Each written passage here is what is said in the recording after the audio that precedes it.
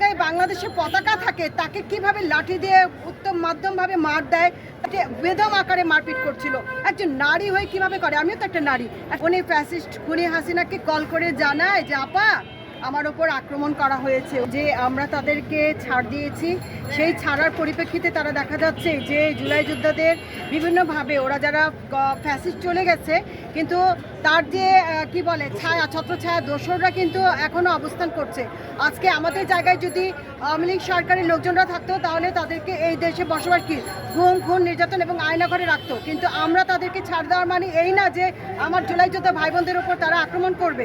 এবং আপনারা কিছুক্ষণ আগে লক্ষ্য করেছেন যে আমি লাস্ট যে ভিডিওটা দেখেছি ওর গায়ে যে ও একটা পতাকার একটা ফটো পড়েছিল, তো যার গায়ে বাংলাদেশের পতাকা থাকে তাকে কিভাবে লাঠি দিয়ে উত্তম মাধ্যমভাবে মার দেয়, তার ফটো যেটা পড়েছিল সেটাকে টান দিয়ে ছিঁড়ে ফেলেছে। এবং ওই মহিলা ও যখন উপত হয়ে গেছে সহ্য করতে পারছিল না, তার পিঠে বেদম আকারে মারপিট করছিল। একজন নারী হয়ে কিভাবে করে? আমিও তো একটা নারী, একটা পুরুষের গায়ে মারবো কিভাবে মারবো বলেন তো এটা?